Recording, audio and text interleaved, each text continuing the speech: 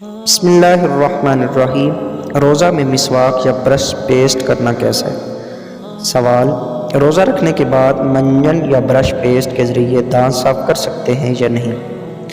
جواب یہ ہے، روزہ رکھنے کے بعد منجن یا برش پیسٹ کے ذریعے دانت صاف کرنے سے بچنا چاہیے۔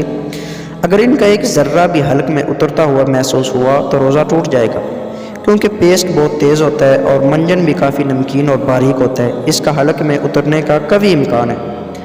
لہٰذا روزے میں یہ نہ کیے جائیں، بلکہ روزہ میں مسواک کی جائے کہ حدیث پاک میں مسواک کرنے کا ذکر ہے، جیسا کہ سیدنا حضرت عامر بن ربیعہ رضی اللہ تعالی عنہ روایت فرماتے ہیں کہ میں نے بے شمار بار نبی پاک صلی اللہ علیہ وسلم کو روزہ میں مسواک کرتے دیکھا ہے۔ لہٰذا اس سے ہمیں پتہ چلا کہ روزے کی حالت میں مسواک کرنا یہ نبی پاک صلی اللہ علیہ وسلم کی سنت مبارکہ ہے، لہٰذا روزے میں مسواک کرنا جائز ہے۔